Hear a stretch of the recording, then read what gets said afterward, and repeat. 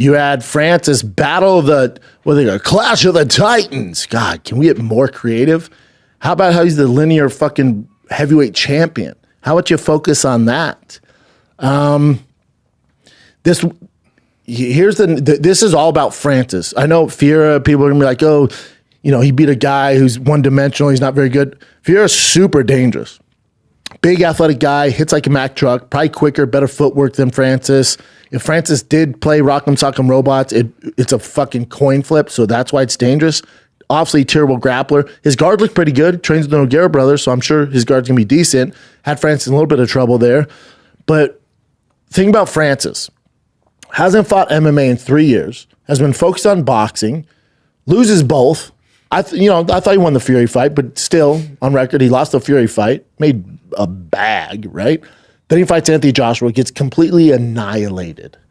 And shortly after that, honors his contract with PFL, which I never thought would happen. I'll eat crow there. And fights this kind of random dude, this monster Brazilian, decides to take an MMA fight when he hasn't really fought MMA in 3 years. And through all this, his son died. Wild. How many other people that could carry on? Because my kids aren't here, I'm out, dude. There's no fight. Nothing matters anymore. His son dies unexpectedly. He still trains, gets through it, and still got it done. And when he took him down, I went, brilliant. Oh, brilliant. Oh, my God, brilliant, dude. And then pounded him the fuck out. So I don't want to take away from Francis. Now, Fiera wouldn't be a top 15 guy in the UFC. It is what it is. I know PFL, their whole narrative with Don Davis is, they're Coke, we're Pepsi. Bud, you're fucking Sierra Mist. You ain't no Pepsi. One championship's Pepsi if we're going to compare those two. You're nowhere near, dude. And this is what proves it. Who's Francis going to fight next? Go ahead. What do we do now? This should have been Francis versus Fiera. What now? There's nothing. That's the problem with PFL. There's no depth. There's no stars. There's nothing we can do. There's nothing we can do. For Chris Cyborg, which I think she's the greatest of all time, she's won a belt in every fucking major organization. At her age, to beat Pacheco is wild. She's one of the GOATs, if not the GOAT, right? She's on Mount Rushmore. I know you can only have 4. I'm adding more. Fuck you. I'm adding more. She's on Mount Rushmore. There's like 8 of my people up there. She's on Mount Rushmore. Chris Cyborg, what now? There's nothing we can do.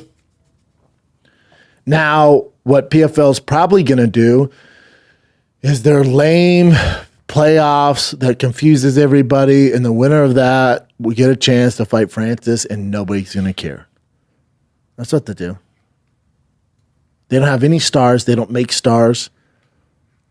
Paul Hughes, massive star. Wish he would have went to the UFC. This dude, first fight, he had an offer from the UFC. They lowballed him. He went to PFL.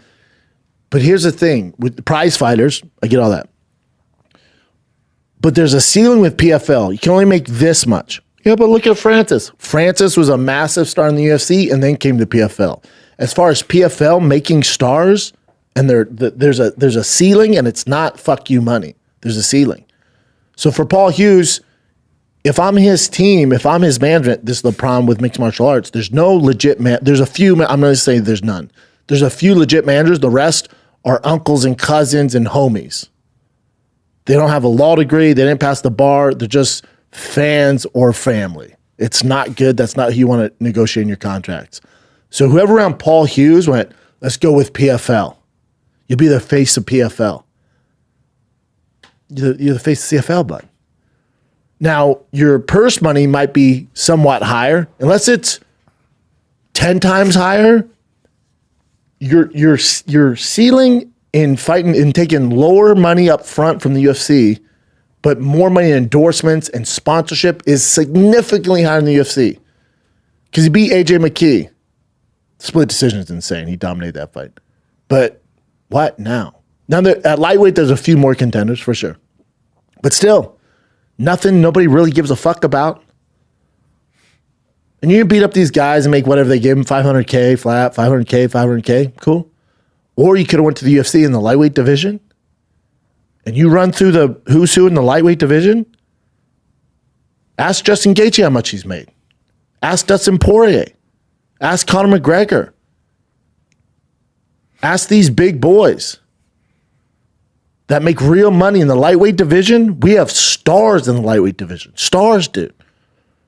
But make your flat money, 500K, PFL. All right, cool. All right, that's cool.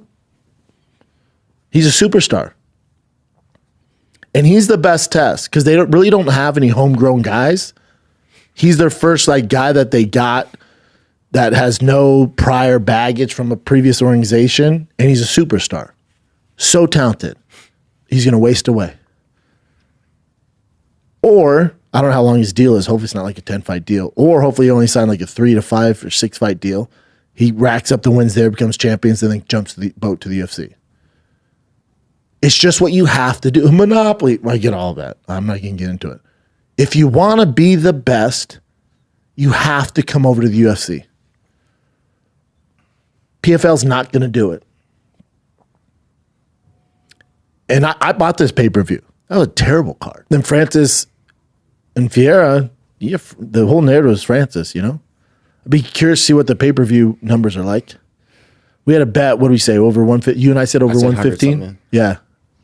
You said under? I took the under, yeah. I like your under. I like your under. But either way, the whole narrative shouldn't be Vieira, had a huge gaping holes in his game, his jiu-jitsu, his takedowns. The narrative is what Francis has done is insane. Insane, dude. And he's also a guy who bet on himself. You want to talk about fuck the man, Nate?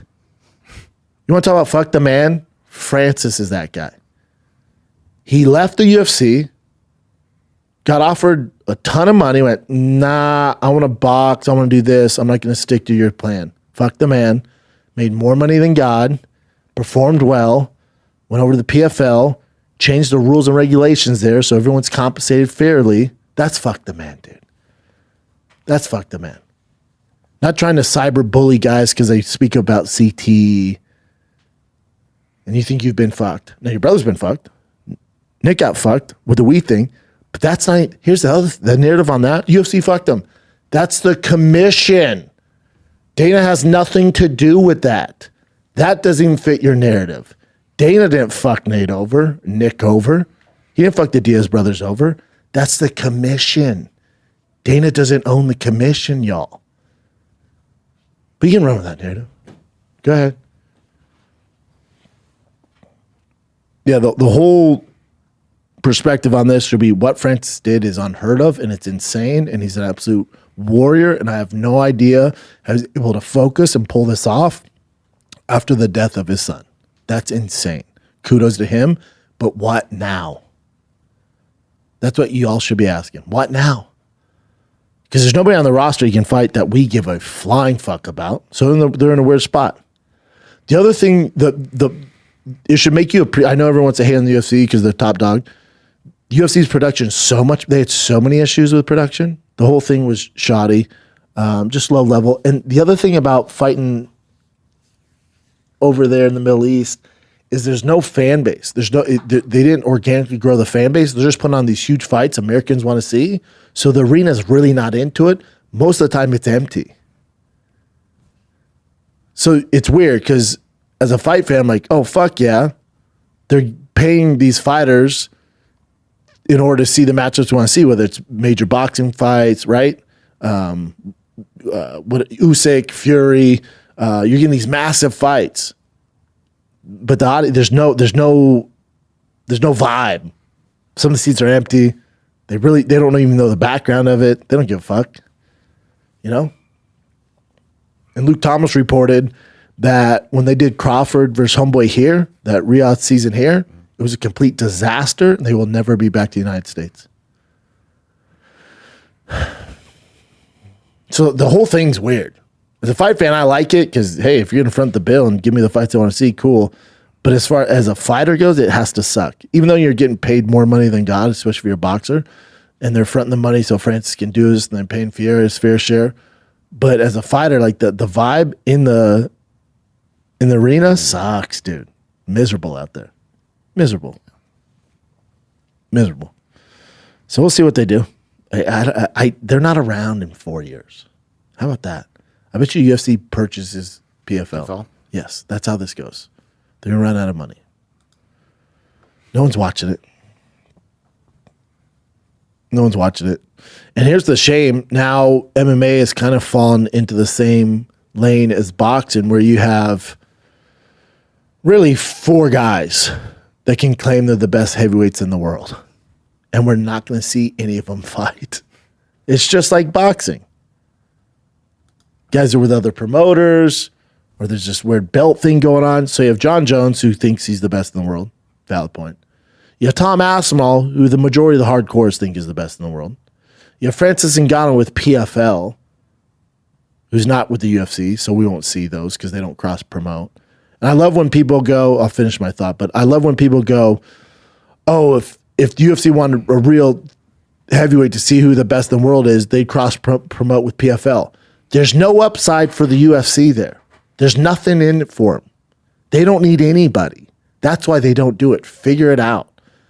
Yeah, but we want to see Francis for John. The UFC only cares about money. If John Francis never happens, the UFC still makes billions of dollars. The PFL needs that. Notice their entire marketing leading up to their biggest pay-per-view ever was them talking about the UFC. Have you ever heard the UFC talk about the PFL? Never. So again, you got John Jones, you got Aspinall, you got Francis. You got John Jones, who has the regular heavyweight title. You have Aspinall, who we all think is the best, with the interim title and nobody to fight. Defended it. Defended it as well. John's been out for a hot second. He's fighting a guy who we don't regard as a top 5 right now. One of the greatest of all time, but not right now. So you have John with a matchup. You have Tom Aspinall defend his interim title. You have Francis doing whatever he wants to do in PFL. And then you have, was it Malakin? Homeboy with one championship. He's a motherfucker. So again, you have, everyone has an argument, but we're not going to see any of it. That's an issue. Now we're back to the old days of boxing, which ruined boxing. Sucks. Malakin. Yeah, under 12. There's a claim there that he's the best in the world.